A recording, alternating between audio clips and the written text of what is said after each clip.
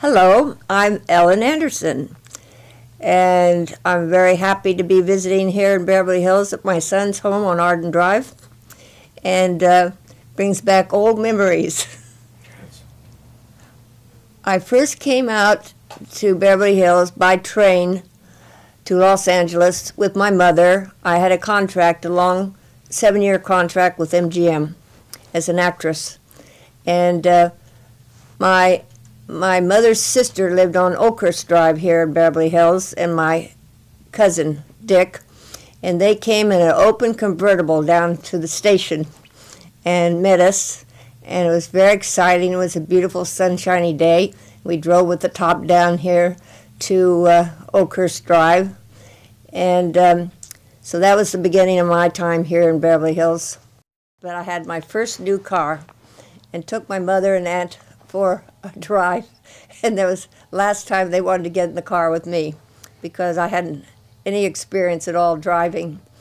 But soon after I was here, I had met a girl in New York City where I was living, and that's where I got assigned to the contract.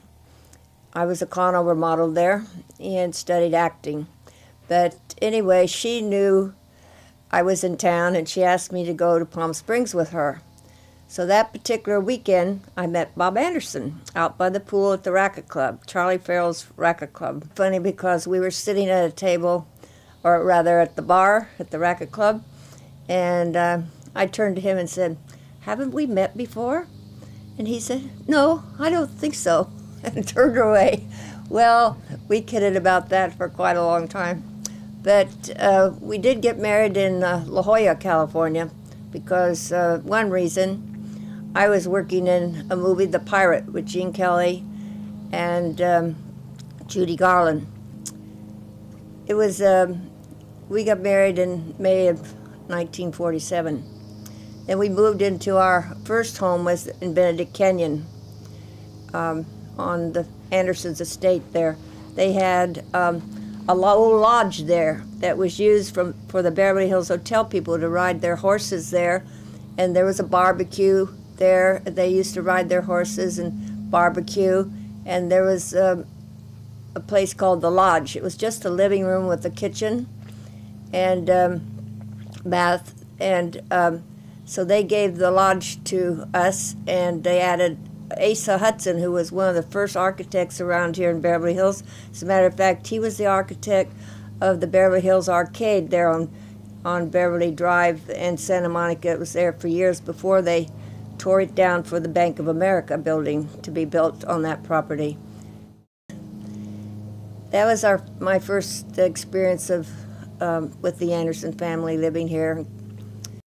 When we had our children, Robbie and Lynn, when they were getting ready, time for school, Bob thought it'd be fun for them to go to Hawthorne School, where he went to school. We moved to our first house here when they were only 3 and 4 years old. In 1952, we moved to 615 North Cannon Drive. What was your husband doing? What business? Well, at that time, he opened up the gourmet restaurant on Cannon and Santa Monica in May of 1949. That was the opening, and was very successful. Tell me about that time. When he was well, during that time, he was very involved too in many committees in Beverly Hills, and shortly after that, he was the head of was called the Civic Betterment Committee, and so he was on almost every committee in town. And at that time, they were thinking about building, the tunnel under Beverly Hills, so the freeway would go under through Beverly Hills. And so he was still working on that, as his father was many years ago. But Bob was always involved in things about the city. So, and then at home, I was always asked to collect for the March of Dimes or the Red Cross or whatever was going on. And the neighbors, no one else was doing it. I was doing it. So every time they'd open their door, they'd say, "You're here again? What are you here for?" It was very friendly, and we never locked our doors. We left the keys in the car there on Cannon Drive. We just drive in, and we never worried about anything, like we do today. Well, Bob was close with Cartwright, you know, who was also running. At that time, he was running the Beverly Hills Hotel, and then he later went to manage the Beverly Wilshire Hotel. So, and of course, Bob had grown up here, so he knew everybody. He's known everybody that was in the business here. And he wasn't particularly fond of studying.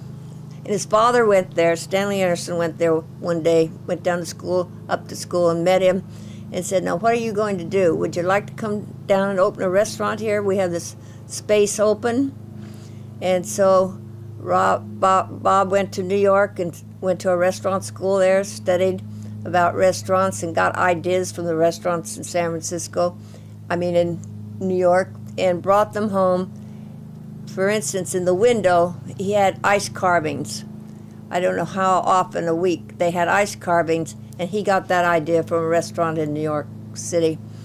And then he had Matt Dennis play the piano, who wrote a lot of songs like Violets for Your Furs, and they had all the group of Peter Lawford, Mickey Rooney, and a lot of the young people were hung out there and sang songs and had a good time. I guess the restaurant business got too much for him. He's working day and night, so they got somebody else to run the restaurant, and Bob opened up Anderson's Electric City.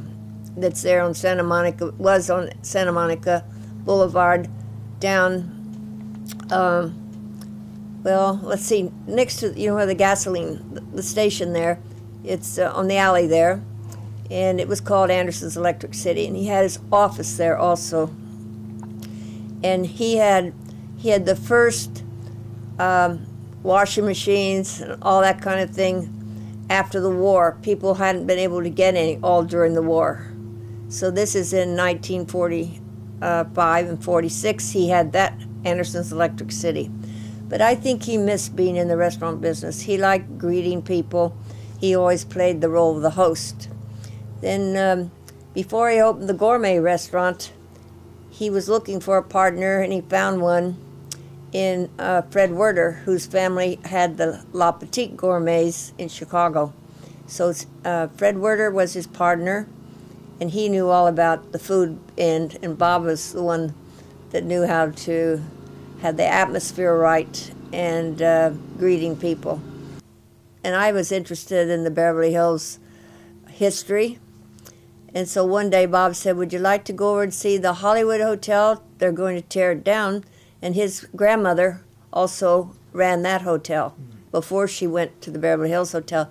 So that was an interesting thing to go over, at least see it before it was torn down. Stanley Anderson was one of the biggest builders with Ed Jans. Ed Jans was his friend, and Ed Jans and the Jans family were more into Westwood Village. But Stanley Anderson, and when I first met Bob, I understood they had a third of the business property in Beverly Hills, all up and down Rodeo Drive, Santa Monica Rodeo Drive. How did they get into that then? Well, Stanley Anderson was just ahead of his time.